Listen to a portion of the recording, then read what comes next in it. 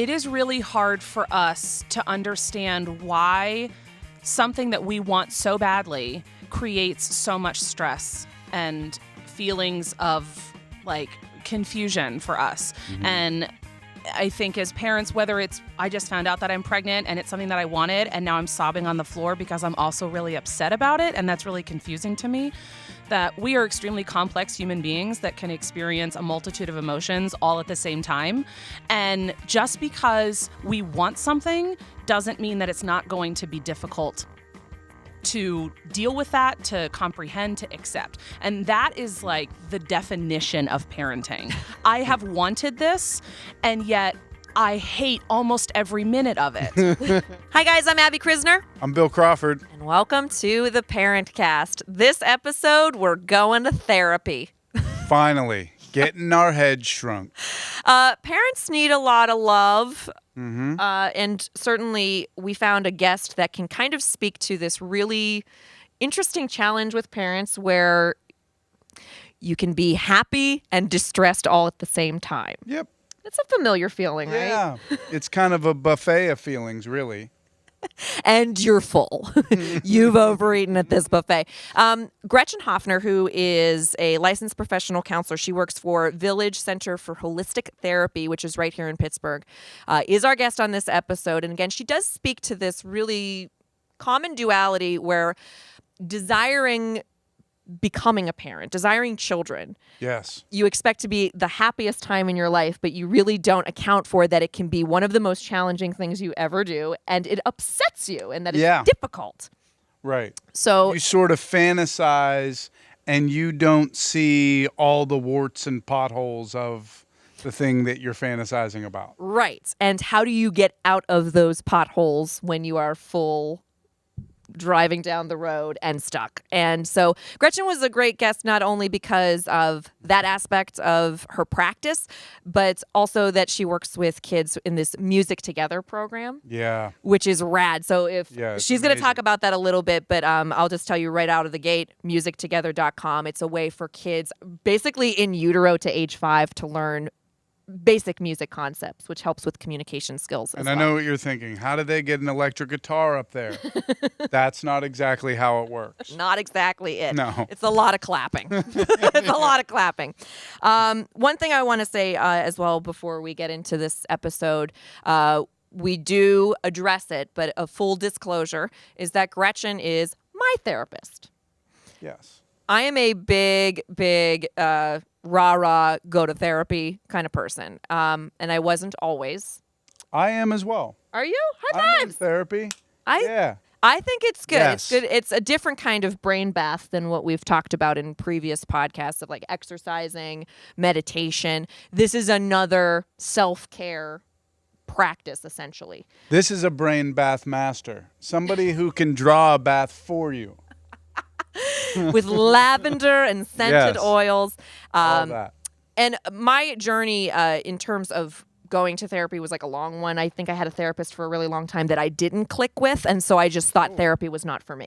Yeah. I was like, oh, this person's just telling me to read a bunch of books. I can do that, by going online and...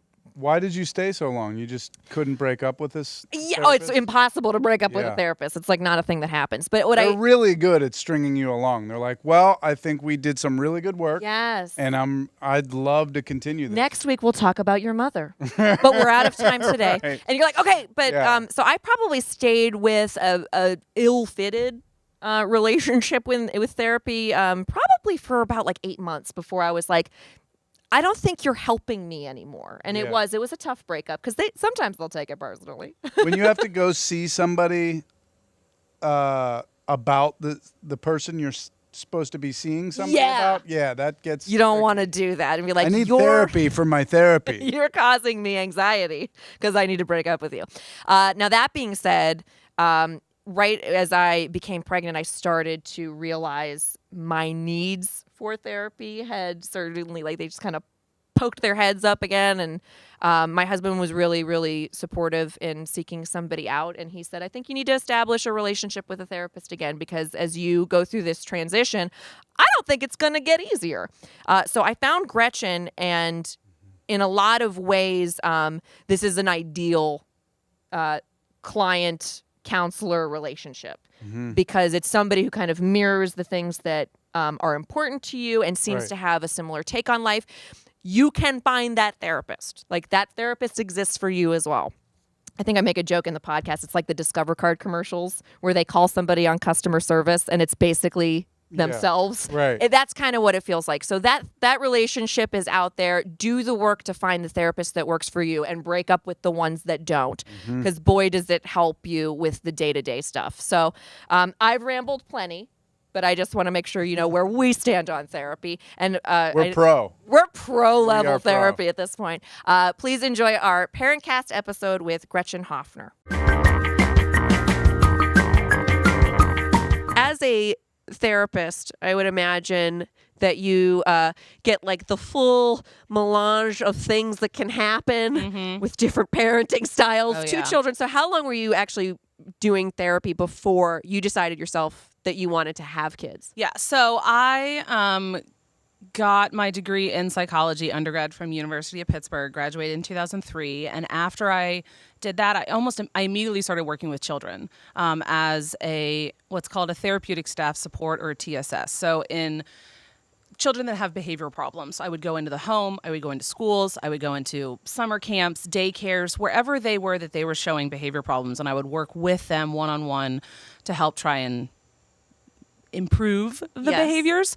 You brave soul. I know, and it was really interesting because I always knew that I wanted to have kids. That was never a question. Like I wanted to have those kids, but I worked with children so much prior to ever having children. Once I did that for 2.5 years, went back, got my master's degree in counseling, and then started working for a community mental health agency here in Pittsburgh as an outpatient therapist. And when I was in grad school, really loved, again, working with children, took a lot of classes in play therapy, really wanted to become a play therapist.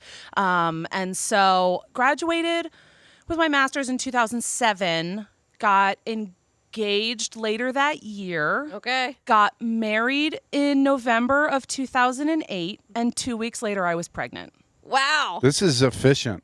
You I know. do not That waste was time. efficient. Not the plan. I'm sure. That was not the plan. Literally, it was the night of our wedding, and I was like, "So, like, no protection?" And he was like, "Cool." And like 2 weeks later, it happened. And then, like in December, I was like, I'm pregnant." Yeah. So we knew we wanted to have kids. We were not expecting it to happen that fast. Right. That was really quick. So we celebrated our 1-year anniversary with a 3-month-old. Oh my gosh. Again, not planned. Not planned. But you know what? There's like actually kind of somewhat of a benefit to that because I think that like my husband and I were trying to get as much time together as possible pre-kids because I think we had some sense that there was going to be a lot of changes and it just wasn't going to be as easy to have the time with each other the that freedom. we had. And so we were like, we planned our honeymoon. We had like a 5-year rule, like which we didn't make, but regardless, we had like, really wanted to set that time apart because we knew it would change. And damn, does it. Sure does. Totally changes. It does and change. Not only did it change my personal relationship with my husband, it completely changed my interest in wanting to work with children professionally. So It increased it or it decreased well, it? I don't Like know. gone. Gone. Yeah. I know other people who work in like behavior that don't have kids of their own because they've dedicated so much of their life to working with kids. Well, and initially when I was pregnant, it just became logistically difficult because I did play therapy. Like if you're working with small children, really even up until the age of maybe like tween, right? Preteen, tween, you're playing with them. They don't have the vocabulary. They don't have the brain development, the knowledge, the awareness, the insight to be able to sit down in a therapy session and be like, my mom said this and it really hurt my feelings. And I started to want to like do something to get back at her. So, no, they don't do that. Right. They need to experience through play. So that's what I did. In my office, I worked with children, all ages, the youngest being like 2 or 3, and then all the way up the gamut to senior citizens. I worked with everybody. But then, as I was getting bigger and bigger and bigger, I couldn't get on the floor. I couldn't do things with them. So I started to just kind of like slowly not take new children clients. And then when I came back from maternity leave, the other ones maybe kind of had either they moved on to somebody else or just never came back. And I was like, oh, I'm going to take some time and like eventually I'll get back to it. And I just never did, because working with children, even if it wasn't all day, I didn't have kids all day long, in my entire schedule, but even just working with them a little bit and then going home and having to be with my kids, I didn't want to do that. Right. Yeah. So now my minimum age that I work with is 13. And that honestly will probably change as my boys get older. So I have 2 boys. One's going to turn 7 in February, and my oldest is 9.5. And as they start to get into that age, I probably will say, well, now I'm just going to be working with adults. Yeah.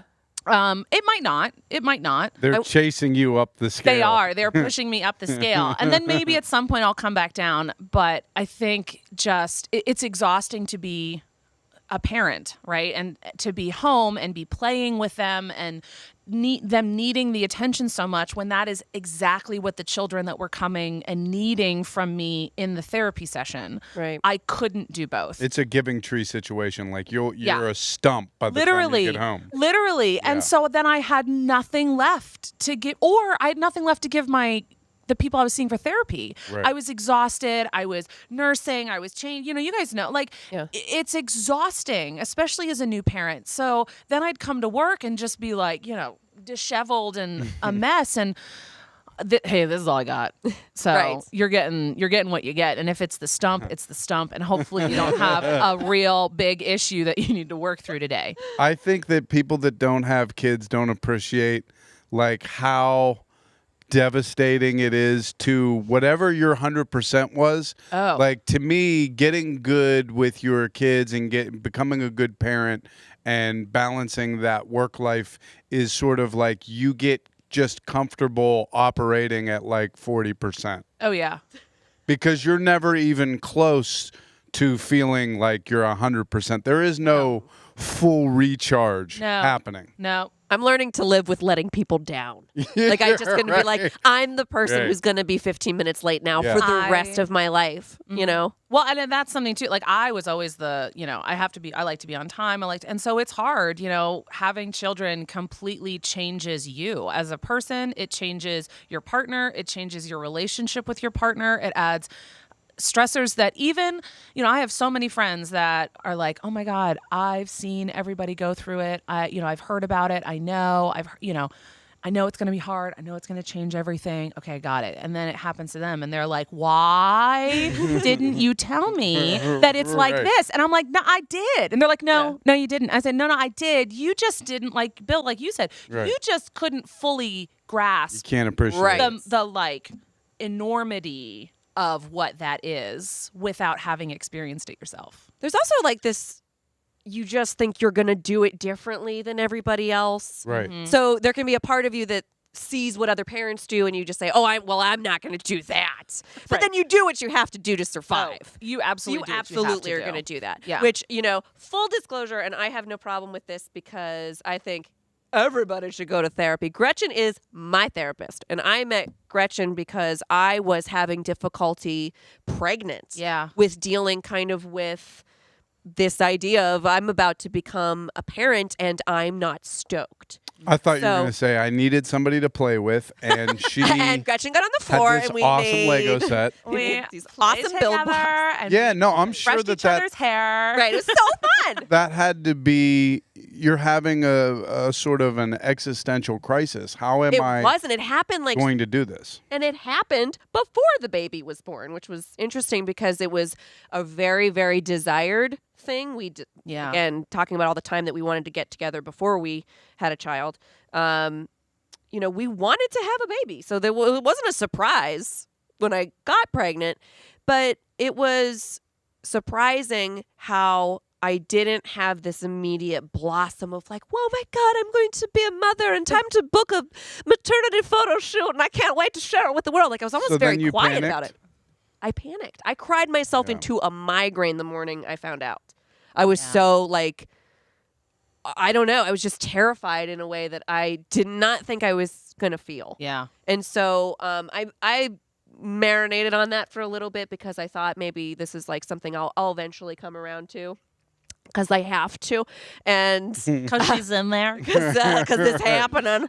And I think after a while, I just talked to my husband, and he said, I think this is the best time for you to go. Yeah. Because if it's any kind of indication that you might have postpartum, you should probably establish the relationship now, or at least just try to get a grip on it, because Smart. I want you to enjoy this, and I want us to be happy. So Well, that is actually where we met. And I think it's so important to share because it is really hard for us to understand why something that we want so badly creates so much stress and feelings of like confusion for us. And I think as parents, whether it's I just found out that I'm pregnant and it's something that I wanted and now I'm sobbing on the floor because I'm also really upset about it, and that's really confusing to me, that we are extremely complex human beings that can experience a multitude of emotions all at the same time.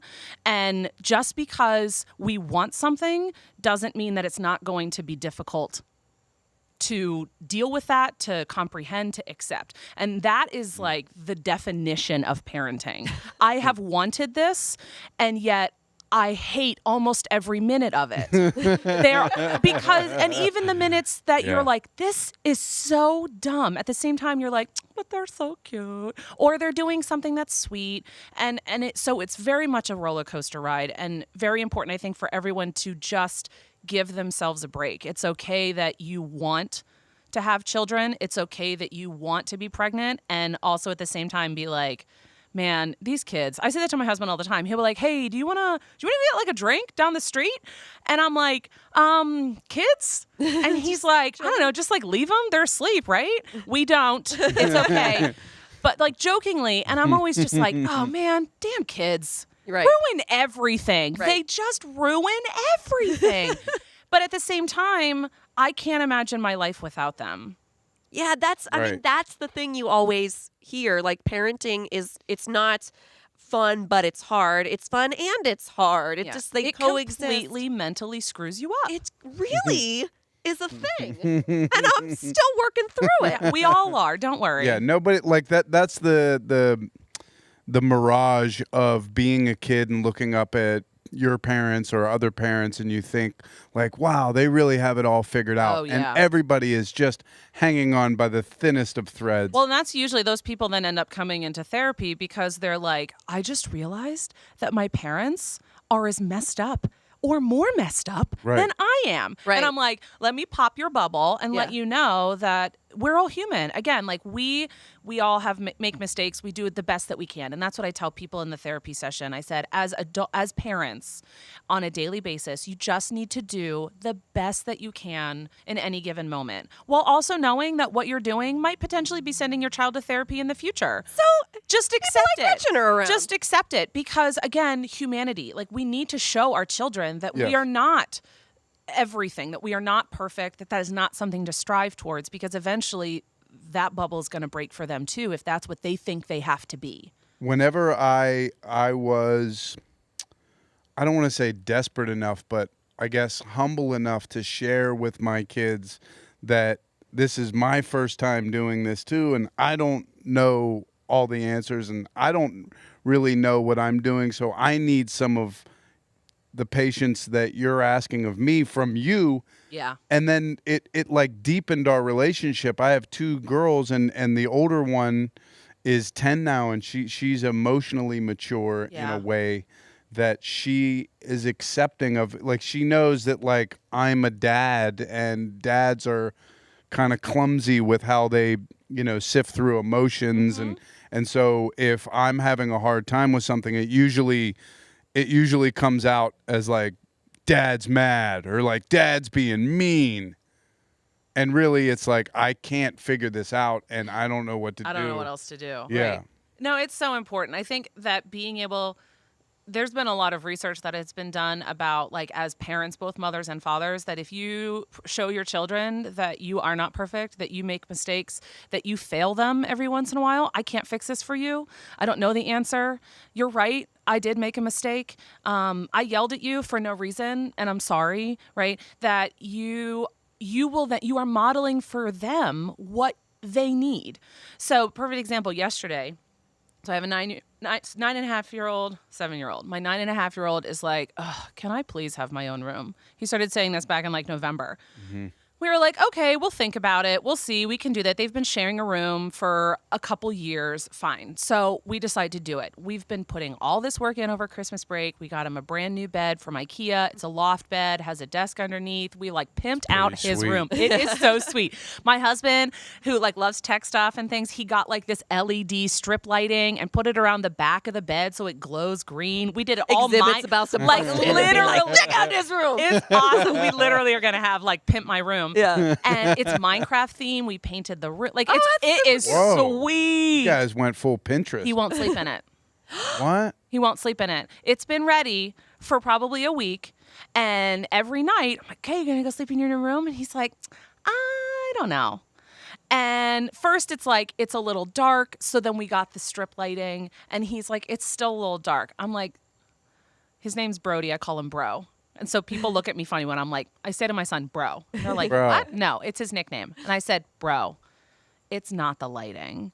We have, because I said, you can turn on as many lights as you want to. So we turned on all the lights. And he was like, I don't think I want to do this. And I said, is it because the bed is really high? Because it's much higher than his top bunk in the other room. He was like, I think so. And he was starting to realize this thing about change where he really wanted his own room, but he was also starting to realize the things that annoyed him. Like, well, my brother, he's always talking and he keeps me up at night. And then he said, it's so quiet in here. Riley's not here. That's my other son. And I said, you're right. And so I said, you know what? It's okay. Why don't you go sleep in your room when you're ready? It's fine. We'll take some time. So he goes back in. My husband's in. He's like, we spent all this money, like a good amount of money to get this stuff. Dad's mad. Dad's mad. And Brody knows it. And so he said to me, and my husband was in the room, and he said, Dad was saying all this stuff. I feel bad. Dad said, we spent all this money. You're supposed to be in this room. He said, I feel like there's a lot of pressure on me to do this. And I told him, I said, I can understand that. And I said, can you see it from our perspective that we don't really understand what's going on because you haven't told us? And he was like, yeah. And so we had a conversation about it. He told me he was feeling pressured. I said, I know that you eventually are going to want to sleep in this room. You can sleep there when you're ready. There's no, because my husband's like, what are we going to, I said, Right. He's going to, at some point, really want to sleep in that room. That point is not right now. I said, we're still going to continue the transition. And I told him, I said, and I had a conversation with him about change is really hard and it's confusing because you really want your own room. And he's like, I do. I said, but you're starting to have some doubts about giving up the old stuff. And he was like, I am. I went, it's totally natural. And it's normal. Do you feel like the lines of communication in your family are constantly open and flowing because of your training? Because the way, like, I walk around with just wishing I had like a Gretchen pocketbook where I could be like, I don't know how to answer this query. Right. Because the patience that you seem to have to break down addressing what the concern is, offering solutions, offering patience. Do you feel like how much of that do you think is your personality and how much of that do you think is your training? Okay, so like it's like 99% my training because it is so not my personality at all. And was something that I worked really, really, really hard to change about myself. I'm a very extroverted person. I like to have my way. I like to be in control. And so to be someone who takes a step back, who is more listening than doing, it was very different for me. And I am not perfect. No one is. I have my mess ups. That last night was it just worked well because he said something. And there are times when my kids call me on it where I'll get really upset about something and my youngest will be like, Mom, you don't have to get so upset. I'm like, you're right. And there are other things where I lose my mind. I lose my mind on them and I yell and I do things that are inappropriate and I say things that are mean and I do things that are hurtful, not intentionally, but because I am not perfect and I'm going to make mistakes and everybody is. But what I have made a habit of is owning that and apologizing for it. And if I don't own it, if they point it out, I don't fight them on it. don't tell them that they're wrong. I don't make, well, I'm the adult, so you have to listen to me. No, you don't. I'm the adult, I'm the parent, this is why I'm doing what I'm doing. I would really appreciate it if you got on board. I understand that's not what you want to do. Can you help me out here? Right? I treat them like Just get on the level. Yeah, I treat them like I would on. treat my husband. I treat them as a partner. We're partners in this family, and that's how I treat them. And it works for us. Yeah. Is there because we've kind of like touched upon that becoming a parent is a great challenge, Yeah. whether expected, not expected, that no matter what, it has its challenges, and that even in the sense where you are a professional and have a little bit of a backup, Yeah. it's still challenging. Yeah. Do you think that there's a causation as to why parents tend to not talk about these things with each other in like that more revealing way that says, I also am screwing up? Because that was really one of the more, inspiring things about doing a podcast like this, because we wanted to strip away any sense of decorum and basically be like, we're freaking out. Why are we freaking out? Right. So do you think that there's a reason parents don't talk about this kind of stuff? Yes. And I think there's a reason why people in general don't talk about anything. And You're bailing water from your own boat, or what Pretty- is it? I think that it's multifaceted, right? So like there's a societal of we need to look a certain way. We're trying to strive for perfection. It's like the Facebook life. What we post on Facebook is only the good stuff, not the bad stuff. So whether it's my relationship is wonderful, my children are wonderful, my work life is wonderful, I am wonderful, right? We are constantly striving for perfection, and it's impossible to reach. And so then if I admit that, oh, this isn't okay, this isn't wonderful, I am struggling, I think often fear, I know I fear personally, what's someone else going to think about me? So we fear judgment, we fear being shamed, we fear being wrong, we fear making mistakes. All of these things create fear and doubt and worry in our minds, when really those are the things that help us to grow. If I knew all the answers, I'm done. Right. I got what nowhere to fun go. would it be? Where am I? Right. I got nowhere to go from here. So accepting that, again, well, I don't know everything. Just because I am having a child or have a kid, I don't mean that I know what's the right thing to do. I can't read their minds. I don't know what they need at any given point in time. And even if they tell me, sometimes I can't give that to them, or sometimes they're wrong, right? How many times have we done that? Oh, I want this. And then somebody does that and you're like, ugh, that's not what I want. Well, that's what you said. I know that that's what I said, but that's not what I want, right? How many times does that happen with your kids? What do you want for Or dinner? husband. Or husband, or anybody, right? Or anybody. What do you want for dinner? Right. A hot dog. Bring a hot dog. I don't want this. You just said you wanted this. I changed my mind. I really struggle with trying to balance between being a good parent and also allowing myself to not have to. I always say that I'm like the kids' fun broker. Like Yeah. they look to me like, okay, like what's on the schedule? Like what'd you book for today?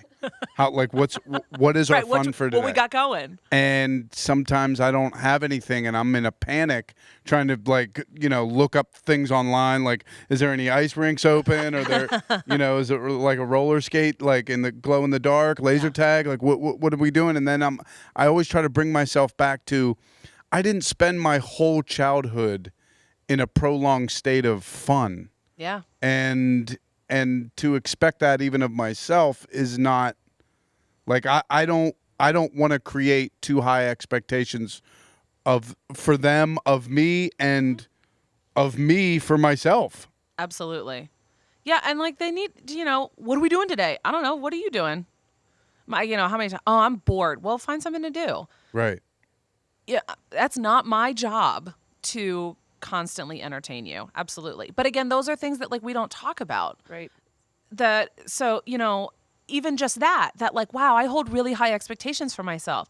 I would challenge you to find a person out there that's a parent that doesn't have high expectations for whatever reason, because their parents had high expectations of them, because society does, because they see their friends, it doesn't matter. We all have high expectations for ourselves in some way or another, and we're fearful of failing. And so we don't want to share with somebody else. But being able to do that, being able to open up and say, I don't know what I'm doing, or I really fear that I'm going to fail myself or fail my children, and being able to connect with somebody else on that. Someone else says, yeah, I feel that way too. That is amazing. And that can be really helpful, because then you're building connections with people who now I can be like, oh, I can come and talk to you, just be like, hey, these are the good things that happen, but also like, this is all the stress and the horrible things that are happening that like, or the stuff that like, I don't know what to do. Right. I'm completely lost. Like, to me, whenever I have a conversation with another parent, what's happening underneath like the current of whatever the conversation is we're crowdsourcing problems. Like, we are troubleshooting, like, hey, what do you do when this comes up? Or you ever had, like, my daughter is 10 and can't go to sleep at night, like freaks out and keeps asking to come into to our bed, and it's really uncomfortable. And when I started asking other people about it, not being like ashamed, like, oh my God, I don't want to tell somebody my 10-year-old is having problems sleeping. They're like, yeah, mine does too. What you need to do is just, there's this really cool nightlight that also has sounds with it. And Yeah. Oh, yeah. I mean, it's the same thing. Like, I think there's this belief that, again, you're supposed to do it a certain way, or you should know the answer. So if you don't know the answer and you tried it the way that you're supposed to do it, and then you're lost, it's like, then again, you feel like a failure, and you feel there's either something wrong with me or there's something wrong with my child. And I don't want to admit either of those things. Right. I do love that crowdsourcing concept, because I feel like even if you're like kids have like a play date or something like that, Yeah. unless you have a fundamental difference with the mom or dad, you can get along. Oh, you can yeah. talk about anything, because it's just like a litany of, oh, well, hold on, I got you. Like, Right. What No, does no, your no. kid do? No, let me tell you about potty training. Let me tell you Yeah. a couple things about potty training, and then you can kind of just go down the list. I know that we were seeing Daniel Tiger's Neighborhood, Ooh. which was so adorable, so much magic, and also how do you get a kid to sit down when there's Breakdown not a play City. going on, Right. and why did they have an intermission? Never have an intermission. Just do the play. Bad idea. Bad idea. But it was so funny, because I was surrounded by parents who were having kids who were having issues, and I don't know the name of the woman who was sitting in front of me, but I know everything about her life and all of the behavioral issues that her children have experienced over time. So like, there's some reaching out that seems really, really refreshing Yeah. now. And there even might be, to kind of jump on a bigger concept, almost like social media helping people connect the dots, because maybe it takes away a little bit of the fear that you're going to expose yourself in some way Yeah. you're uncomfortable with. But that also seems like that has its very negative points as well. I know that there are a lot of people that I think the private groups within Facebook have really helped. And there are definitely people that I work with who are like, oh, I'm part of this mom's group on Facebook. So it's a private group. It's not these open pages where, all of your friends or whoever people can see your stuff. But it's like, hey, I can go here and I can ask these questions. And sometimes that's great. But even then, sometimes like it's real easy to give an opinion online when you're not sitting across from the Right. person asking this question. So sometimes it's really great and sometimes not. And one of the things that I think has really fallen to the wayside over time is that where are support systems, right? Like Yeah. both for women and men. I don't think men have ever had support systems in terms of being a parent and being a father. So it's like just now, I think they're finally passing laws that they were like, can we please make sure that there are changing tables in men's bathrooms? Right, Because can we give it up for the men who need to change their, like, what do they do, right? For Right. the longest time, they're only in women's bathrooms. But, you know, we have to. It's a shoulder exercise. right, you got to because really are, hold like, and yeah. suspended. And, yeah. But that kind of stuff that, like where's the tribe? Where's the community? Where is that support? And as we move more into this like digital, social media, we lose a lot of that. And women are trying, or people are trying, parents are trying through these online groups, but it's not the same. It doesn't replace having a group of women, where you can get together and you can talk about this stuff and you can see, well, that's what your kid did. Oh, okay. Well, I'll try this. Or, oh, that was the thing that like when all my friends started having babies, I would immediately be like, call me immediately. You're Yeah. pregnant. I want to tell you everything that I know. I want to tell you everything that I went through. I want to give you all my recommendations. I don't care what you do with this information, but you I need to want to have it. give you everything I have because Right. nobody gave me anything that I needed. And Right. like, so You're in base camp right now. We gotta literally, load like, you up. strap on your Hand boots. warmers, Yeah. goggles. Right. Like this kind of breast pump. Make sure you get these pads. Screw that. Don't do that. Like, you're going to need to expect this, like all these kinds of things. And again, the information isn't the same as the actual experience, but it's better than going in completely blind. And Right. it's the same thing with parenting. So why does that stop? Why do we not continue doing that? And so I try to do that too. Like, this is totally normal. Oh, yeah, that's what my boys went through. Or, you know, whether it's people that have kids that are younger than mine or the same age or even older, it's also what I do in the therapy session, right? Abby can attest that I'm like, this is normal. This is what these kids are expected to be doing. I always try to tell like guys with first time dads is that, you know, a lot of this, like for the dads in the early goings is attendance. Like, just make sure you're there. Just be there, yeah. Just be in the room and pretend like you know what's going on, and just be present. Be plugged in. Like, don't be the guy who's just there but is on his phone or tuned out to the situation, and you'll be shocked at how much you learn in a very short amount of time Yeah. about how things work and how to do things. And now I'm able to, like, my sister has young kids. She is totally comfortable leaving them all with me because she knows that I'm not just some lug who's going to, you know, drop her kid on his head or Right. feed her kid the wrong food or whatever. Yeah. Well, and I think that even goes back to, like, we're talking about communication within the relationship, right? So, like, the type of communication that we have pre-children with our partners has to change, will change when we have children.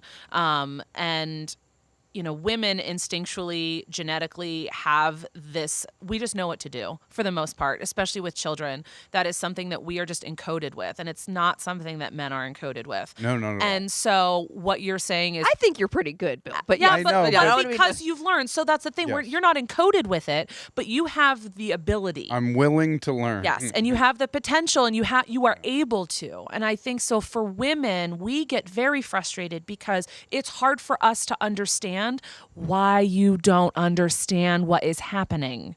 Why do you not know that the child is crying because they want a ball and not because they need their diaper changed, right? Like, why can't you pick this up? And it's because it has to be learned. It's not something that is as easy. And so the communication with that, so for dads, and my husband was great. I would tell him, like, please ask. If you don't know, ask. And if I snap at you, remind me that we had this conversation and I promised you that I wouldn't. And he did. And so when he was like, look, you told me to ask, I would go, you're right. I'm sorry. I'm stressed. I'm snapping because I'm overwhelmed. Let me show you. Let me answer this question for you, you know, whatever it is. right. Yeah, to me, it's like, you know, you have this great plan, you have all this communication pre-kid, and then it's sort of like when Mike Tyson said, like, everybody has a plan until they get punched in the face. And Right. now all of a sudden we're in a fight. I mean, that and definitely is what I'm like having a bleeding. kid is being punched in the face. Pretty much. You're dizzy. We're both nauseous. I can't hear out of my right ear, and we're trying to, like, just yell at each other, and nobody's hearing the other person. Right.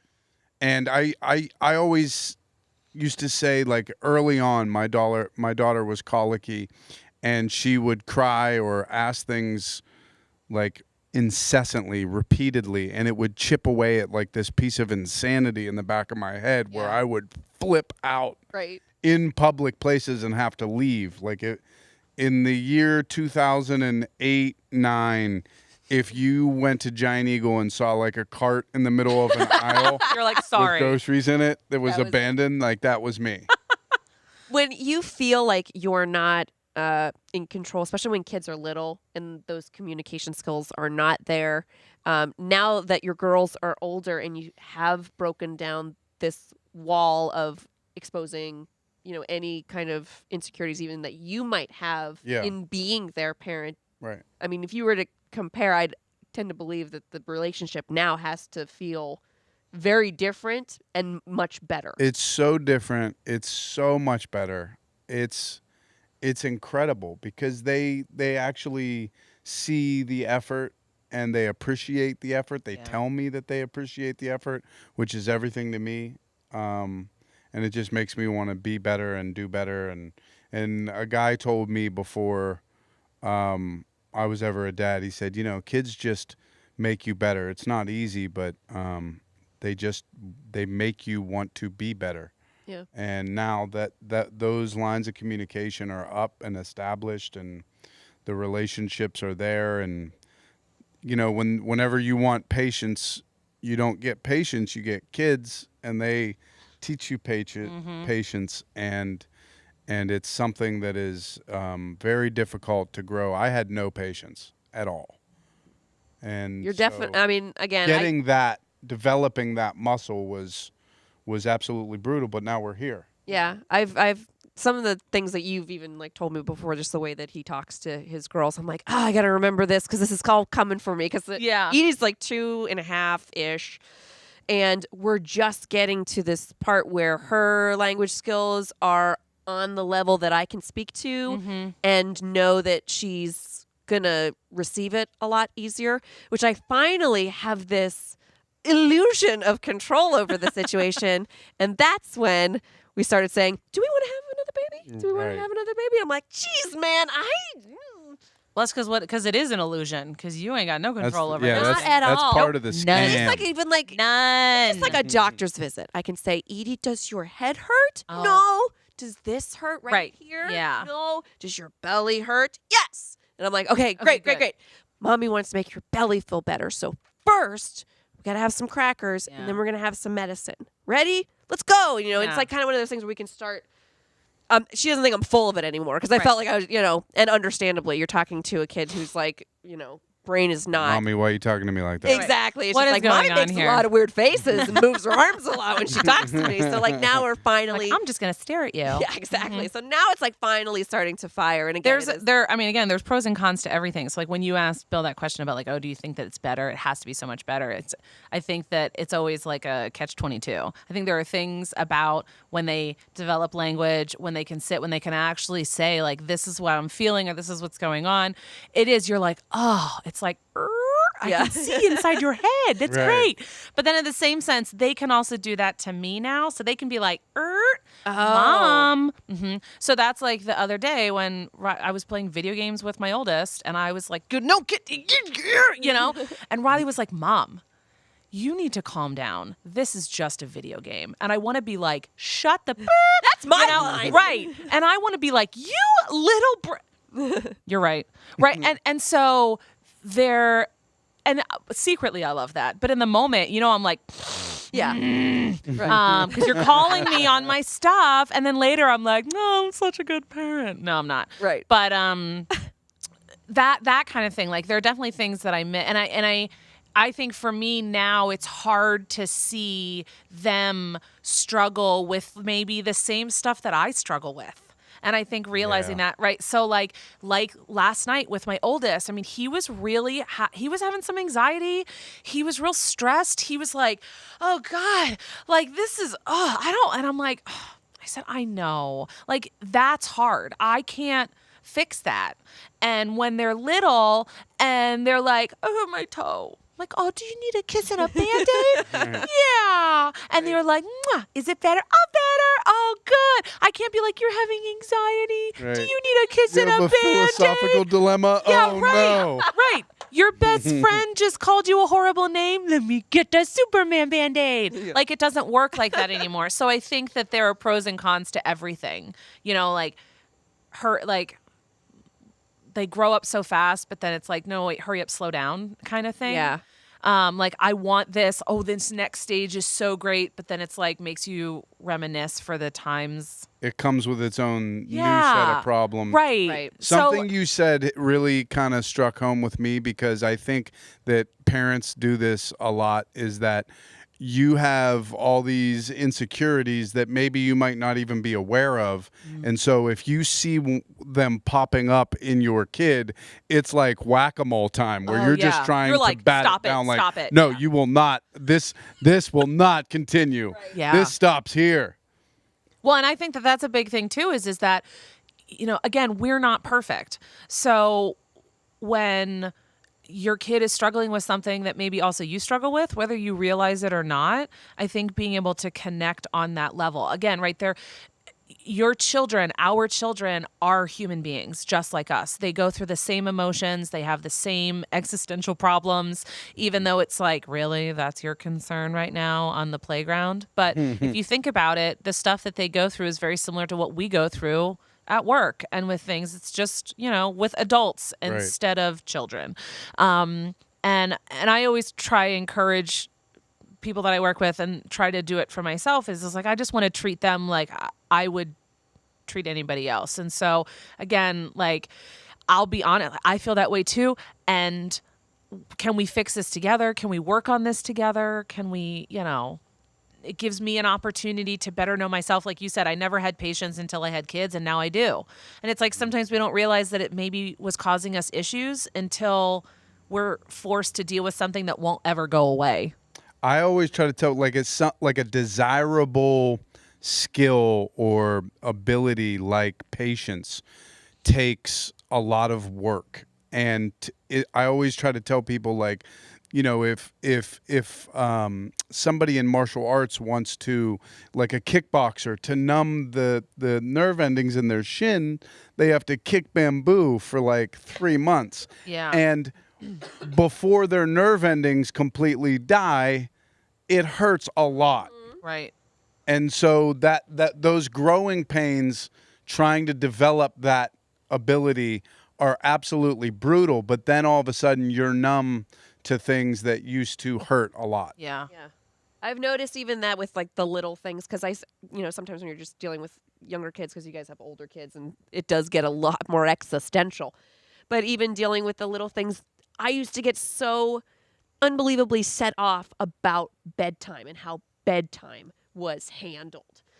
Mostly because I think it's something that you brought up, is I have a lot of anxiety issues. I was a kid that like couldn't fall asleep by themselves. I needed mommy and daddy like all the time. I don't like that light off. I don't like this. And so it was like an unflattering thing. And I've found a way to like, shove that anxiety into other parts of my life now. But like, it's just, I don't want her to be afraid of the world. I don't want her to be afraid to be by herself. It's fine. Like, and so that and the early morning schedule, you slam those two things together and you get a mom that's super unfun at bedtime, Right. because if it's not run in like military, Oh, Yep. we're done. So my husband started taking over bedtime because we started to determine that there was no reason for me to put like a referendum on my relationship with my daughter over bedtime, because it's going to change and there are other things to worry about. So he starts taking over. And then I started to feel like I wasn't, oh no, I'm not getting my time anymore. And let's start to cycle mom back in. He started this weird thing where they have to rock in the chair. They read their books. They get done rocking in the chair. Then she has to lay on the floor for roughly 5 to 10 minutes. And then once we're done off the floor, then he picks her up and then he puts her in the crib, which was not the way I was doing it. And as I get cycled back into bedtime, I am very angry at this new development. That's not the combination. Why that you are wanna we go on the with. floor? Why are we on the floor? Now you've introduced something that I do not want to do, and whatever. So What is it's this? so Me and Daddy tumble before I go to bed. right. It's like we do. So now I am at the point where I am down, my shins are numb, and I can't think of anything better than the part where we get to lay on the floor. Because it's letting go of being like, you're not going to bed at 10. Mommy. So Let's just lay settle on the floor. in Yeah. and breathe in the back of her head and just say, this is not going to stay this way. And anything that kids like to do, it changes. So even if she loved sleeping on the floor now, in 2 months, she's going to be like, floor is dumb. Yeah, right. Let's get a race car bed or something like that. So kind of learning that you can try to catch up to them all you want. It doesn't matter. It's going to change. Yeah. Well, and realizing that your children have a lot to teach you about them. Yeah. You know, so like I think we go into parenting having a lot of preconceived notions. You can go to any bookstore or go online and parenting books. Oh my God, how many different ways you can be a good parent, how many ways you can mess up your kids. Right. And instead of turning to our children for answers, we turn to other people, or we think, well, what should I do? And not every situation do your kids know, but sometimes they tell you, right? So like, what does she need to go to bed? Maybe she just needs to lay on the floor for 5 minutes. All right. You know, yeah. And so is it what you wanted? No. Is it getting her to bed? Yes. Excellent. Go to bed, right? So does my son need to have every single light on in his room? I don't care. Just go to sleep. Right. Right? Yeah. It doesn't have to be my way. And if it's okay that it's their way. It's okay that they maybe sometimes pick what it is that they want and need and what works for them. Something else that you, I know, are involved in, and I think this is kind of another cool way of talking about how you communicate with kids, whether it is through play, is this music for kids, or Music Together together. program. Yeah. Which, did you do that today? I did. This morning I taught class. Okay. What is Music Together? So it's a program that's done all around the world. It's scientifically researched, and it's been around for 30 years around. And it is a music program for children birth to age 5.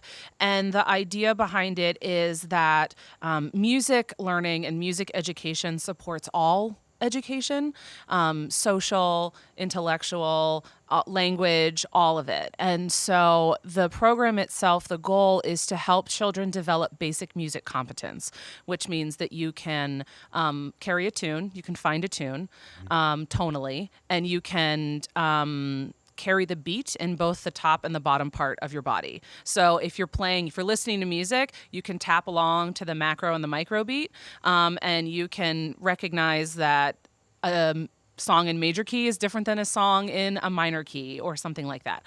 And so all of the music is very different than what you might find from other more traditional children's music groups, because they really try to focus in on making sure that they have the right ear food, is kind of what they call it, to make sure that the kids can develop this basic music competence. And the other kind of hallmark that's very different about it is that it is done through modeling. This isn't like a drop your kids off and like moms go sit in the corner. Whoever comes, whatever parent, whatever caregiver comes with the child is participating. So we are participating. The children are learning through modeling, through immersion in music and movement. And I found it because my older sister, who lives in the DC metro area, found it. And we went and visited her when my oldest son, who's now 9.5, was about 16 months old, and he just turned a little over a year. And she was like, "Oh, we signed up for this class. We went to visit them for something." She was like, "Do you want to come? We're going to the first class." And I was like, "Yeah, that's fine." So we went and we sat down, and I was hooked. Music has always been a huge part of my life. I've played music. I've been in orchestra. I sang. I was in chorus, like all that kind of stuff. So as soon as I was in. I didn't care what my kid, whether or not he liked it. This isn't for you. I'm getting in this drum circle now. This is for me. So then I immediately came home, found a class, and have been doing it ever since. Both of my boys went through the entire program, which if you go through all of the collections, it takes 3 years. Both of them have gone through them twice. So they both all stayed in until they were, my youngest started when he was in utero, and you can see the difference. Really? Yeah. My youngest ability to be on key, be on beat. He sings more. He's a more musical person. My oldest, he did the caterpillar out. he of literally, yeah, like was incredible. And this was something that for me was a saving grace because he was colicky, my second, and so when I had nothing else to do, when I was overwhelmed, when I was at home with a child screaming 24 hours a day and he would not stop unless he was asleep, the only thing that I could do with my 2.5-year-old was sing these songs and bring out these sticks and little egg shakers and put on music, and we would have music class and we would sing because it was like the only thing that kept him entertained and kept me sane. Wow. So one of the great things though about the class, and one of the things that I do, is that children love to play. It is their language. It is how they experience everything. So, when we're frustrated, when we're overwhelmed, and you just want them to brush their teeth, it is time to go to bed. If you're sitting there with a 2 or 3-year-old going like, Johnny, brush your teeth, it's not going to happen. But if you brush your teeth together, brush your teeth together, la la la la la la la. Like, they're like, oh, let's do that, You got to go full musical. You got to go full music on it. And it's funny because before I even started doing that, I would sing from Grease, the commercial with brush up, do a little dance. Yeah. Brush up. We're I fighting forgot my tooth brain was decay. storing that before you just did that. Right? So that still is kind of like our toothbrushing song in our house. So I even think that scene before happens in the sleepover. Yes, it does. It is Yeah. in the sleepover scene that happens. I've and seen so it a couple times. that just a Girls few. your- that age, you're definitely going to Just see it a bunch of few. times. But like incorporating that into my routine at home, and like song and music and lullabies, and so like routine, right? Children love routine. They thrive on that. But I describe it as like loose framework of structure. If we're too structured, it's no good. If we have no structure, it's no good. And so that's what's really hard for people is you're like, okay, but great. So then what is the answer? I can't give you that. Sorry. If I had the answer, I'd be a millionaire.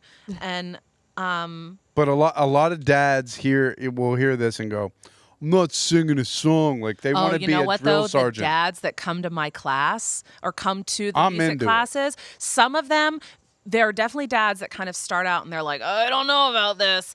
And then eventually, when you see the buy-in from the dads and you see them having fun and really enjoying it, it really is, it's cool. And that's the thing is that you want your kid to do something. You do it. Model it for them. Right. Right? Come on, let's brush our teeth. I'm going to brush too. Brush together. Fine. We'll both brush our teeth. Do you want me to do it for you? Do you want to do it with me? How? Right. So again, like, working, I think, with all of them. And that music program has been really amazing for me in terms of my relationship with my children. And then they no longer take it and I now teach it. I've been teaching classes for the last 4 years just because, and that often happens too. A lot of the adults are like, should we have more kids just so we can keep coming to music class? Because like their kids age out and they're so sad that they don't get to come anymore because you start loving it. You love the music, you love the collections, you love what it means, you love what it did for you, right? Like, so everyone kind of builds their own music memories, if you will, through the program, and it's really awesome. So it's all over the world. They have music together all over the United States, but also in Italy, in Japan, in China, in France, in England, like, so it's all over. So it's world known, and if you can search it if anybody is like, oh, I've never heard of that before. There's lots of different, if you're local in Pittsburgh, there's lots of different studios all around all different parts. Maine in cool. Pittsburgh, east, west, north, south, like there are studios all around. So it's definitely something to look into if you're looking for something to do with your kids, 0 birth to age 5. And then they have older programs too that they start getting into rhythm. They have big kids, music together, big kids, where they actually start teaching kids solfege. So do, re, What mi, is fa, that? sol, la, ti, do. I play music too. I'm like, what's I don't Yeah. what is this thing? Okay. So they start teaching and like actually notes and things like that. And then they have a rhythm kids thing that they started as well. They have babies classes that are just birth to age 8 months, so you only babies, but the traditional birth to age 5 is a mixed age class, and so you're getting you're learning from multiple ages, right? And so there's lots of research that's been shown that benefits children when they are not just in the same age group, because we're all learning the same thing at the same time versus having different ages and we're all learning different things at the same time or at different times, and that can be really beneficial. And just to be clear, it's not necessarily that you have a child with a communication issue or you have a child who has an issue. This is for all children. This is for anyone, all kids. And even kids, if you do have kids that have special needs, there are a lot of people that really benefit from that music is a way that they can connect with children. We've had a lot of kids that have autism, they're on the autism spectrum. We've even had kids that have hearing loss or are deaf. And working through that, lots of different stuff. So it's definitely worthwhile to check it out. But no, this is for anybody. This is a music program that's separate from me therapeutically. I also like it because I can bring in my knowledge about child development and psychology and all that kind of stuff to kind of help give like parent ed moments, if you will, of, you know, like what you're seeing behaviorally, because there's always like kids screaming at the top of their lungs and parents, you know, nervously, or like their one kid running. We don't run in class, but they just keep running. And it's like, well, it's age appropriate, but we have to learn boundaries at some point. So there's some good stuff that helps, because again, it's like you don't have to be embarrassed here. What your kids are doing is completely normal and is to be expected, even if you are embarrassed that they're not just quietly sitting, like playing their, you know, sticks like everybody else is. I think the big question that I have for you after sitting here and talking to you this whole time is, will you be my therapist? Absolutely.